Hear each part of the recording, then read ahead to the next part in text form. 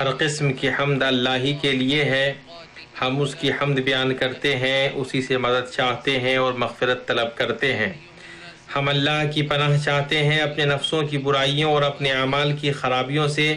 جسے اللہ ہدایت دے اسے کوئی گمراہ نہیں کر سکتا، اور جسے وہ گمراہ کر دے اسے کوئی ہدایت نہیں دے سکتا۔ میں گواہی دیتا ہوں کہ اللہ کے سوا کوئی عبادت کے لائق نہیں، وہ یکتا ہے، اس کا کوئی شریک نہیں، اور میں گواہی دیتا ہوں کہ محمد اللہ کے بندے اور اس کے رسول ہیں۔ اے ایمان والو، اللہ تعالیٰ سے اتنا ڈرو جتنا اس سے ڈرنا چاہیے، اور دیکھو مرتے دم تک مسلمان ہی رہنا۔ اے لوگو، اپنے پروردگار سے ڈرو جس نے تمہیں ایک جان سے پیدا کیا اور اسی سے اس کی بیوی کو پیدا کر کے ان دونوں سے بہت سے مرد اور عورتیں پھیلا دیں۔ اس اللہ سے ڈرو جس کے نام پر ایک دوسرے سے مانگتے ہو، اور رشتے ناطے توڑنے سے بھی بچو، بے شک اللہ تعالیٰ تم پر نگہبان ہے۔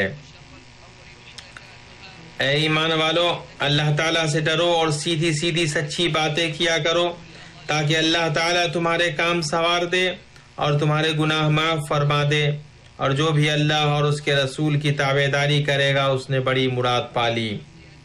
اما بعد، سب سے سچی بات اللہ تبارک تعالیٰ کی کتاب ہے، اور سب سے بہتر طریقہ محمد صلی اللہ علیہ وسلم کا طریقہ ہے۔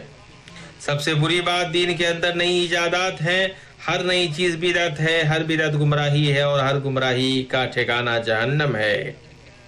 اے لوگو، اللہ کا تقوی اختیار کرو، بے شک تقوی سب سے نفع بخش تجارت اور سامان ہے، اور اللہ کی معصیت سے بچو، کیونکہ جس نے اپنے رب کے حکم سے کوتاہی کی اور اس کو چھوڑ دیا وہ بندہ ناکام ہوا۔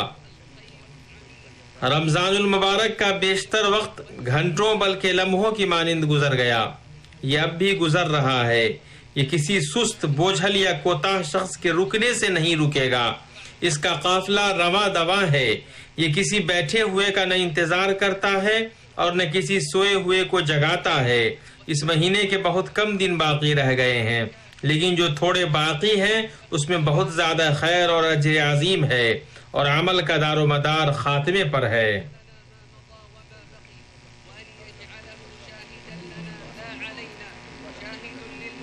روزہ داروں، جس وقت سے آپ گزر رہے ہیں اس کی فضیلت کو آپ نہ بھولیں، اور اپنے رب کی قربت کو تلاشتے رہیں، اور اپنے رب کے لیے صبر کریں۔ ہم اللہ سے دعا گو ہیں کہ پروردگار اس ماہ کے جو ایام گزر گئے اور جو باقی ہیں انہیں ہمارے لیے سازگار بنائے، اور انہیں ہمارے حق میں گواہ بنائے، ہمارے خلاف گواہ نہ بنائے، انہیں مومن کی طاعت، عبادت اور اپنے رب عز و جل سے اس کی قربت کا گواہ بنا، اور جس نے اس میں کوتاہی اور سستی کی اس کے خلاف گواہ بنا۔ دنیا اور آخرت میں انسان کی خوش بختی کا مدار یہ ہے کہ وہ عمل کے بجائے قبولیت کی فکر کرے۔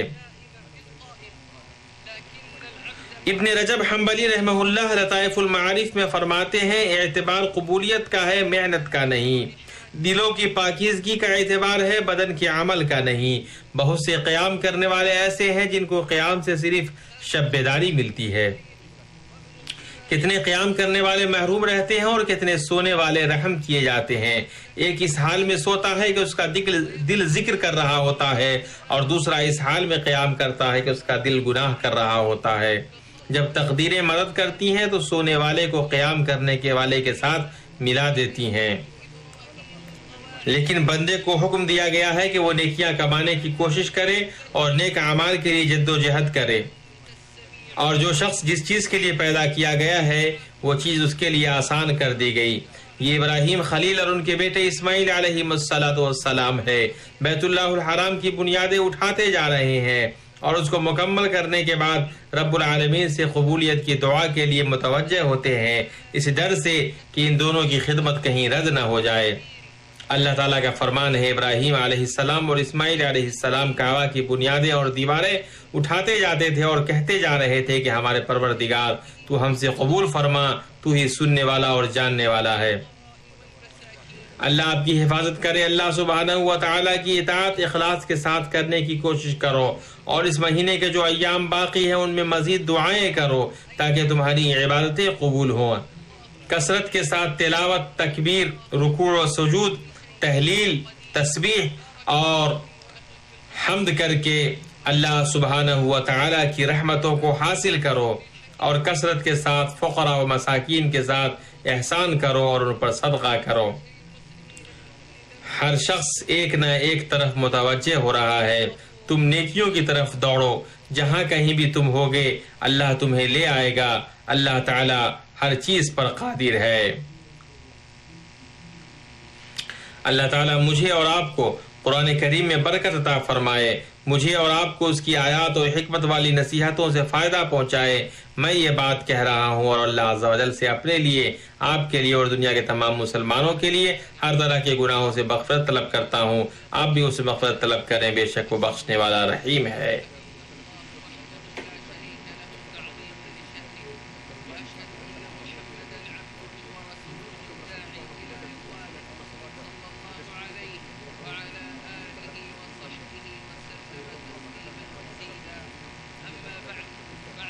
ہر طرح کی تعریف اللہ کے لیے ہے، اس کے احسان پر، اور اسی کے لیے ہر طرح کا شکر ہے اس کے توفیق و فضل پر۔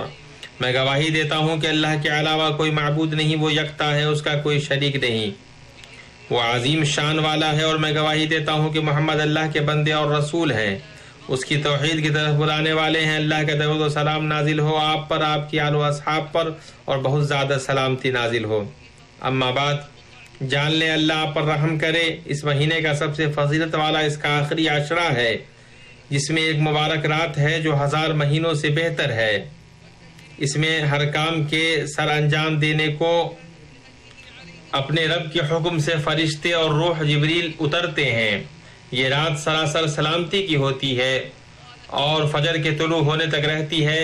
اس رات میں ہر ایک مضبوط کام کا فیصلہ کیا جاتا ہے، حوادث و تدبیر لکھے جاتے ہیں۔ اس رات میں رب بندے کو قریب اور دور کرتا ہے، عطا کرتا ہے اور روکتا ہے، پستی اور بلندی عطا کرتا ہے، مارتا ہے اور زندہ کرتا ہے، نیک بخت اور بدبخت بناتا ہے، اور اس میں قضا و قدر کے قلم چلتے ہیں۔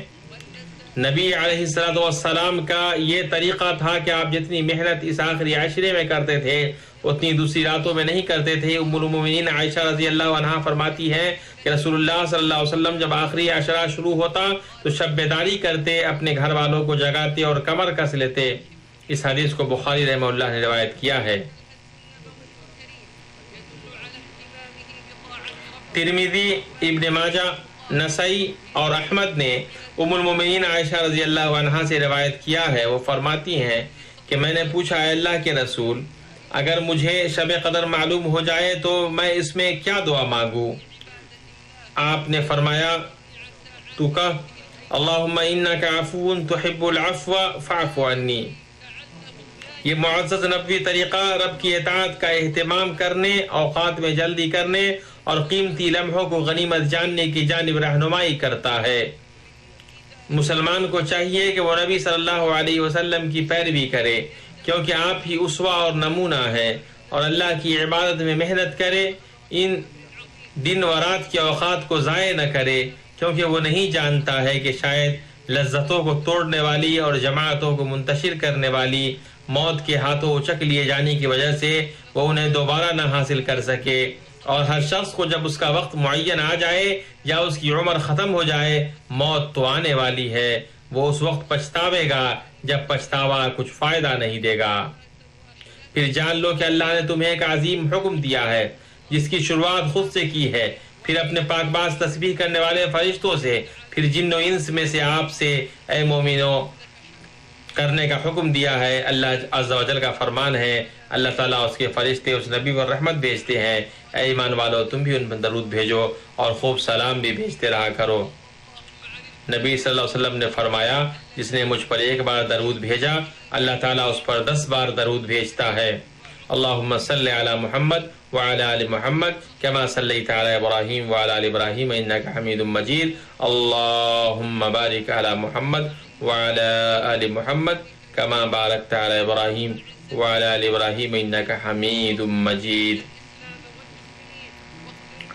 اور راضی ہو جا ان کے خلفائے راشدین سے اے اللہ، جنہوں نے حق کے مطابق فیصلہ کیا اور حق کے مطابق عدل کرتے رہے۔ ابوبکر، عمر، عثمان، علی اور تمام صحابہ اور قیامت تک ان کی درست طریقے سے پیروی کرنے والے تمام لوگوں سے راضی ہو جا، اور ان کے ساتھ ہم تمام لوگوں سے بھی تو اپنے فضل و سخا کے ذریعے کریم اے اللہ اسلام اور مسلمانوں کو غلبہ عطا فرما، اے اللہ اسلام اور مسلمانوں کو غلبہ عطا فرما، اور انہیں رسوا کر جنہوں نے اسلام اور مسلمانوں کو رسوا کیا، اے اللہ اس ملک کو اور بقیہ تمام مسلمانوں کے ملکوں کو امن و اطمینان اور ترقی و خوشحالی والا بنا دے۔ اے اللہ مسلمان مرد و عورت، مومن مرد اور عورت، ان میں سے بقید حیات اور فوت شدہ تمام کی مغفرت فرما۔ اے اللہ ہمارے مریضوں اور مسلمان مریضوں کو شفا عطا فرما، اور ہمارے ڈاکٹر اور ان کے مددگاروں کی حفاظت فرما، اور ان کو درستگی عطا فرما، اور ہم سے اس وبا کو دور کر دے اے ارحم الراحمین۔ اے اللہ سرحد پر ہمارے فوجی بھائیوں کی مدد فرما، ان کے نشانے کو درست کر دے، ان کے قدم کو جما دے، تو اپنے اور ان کے تمام دشمنوں پر ان کی مدد فرما۔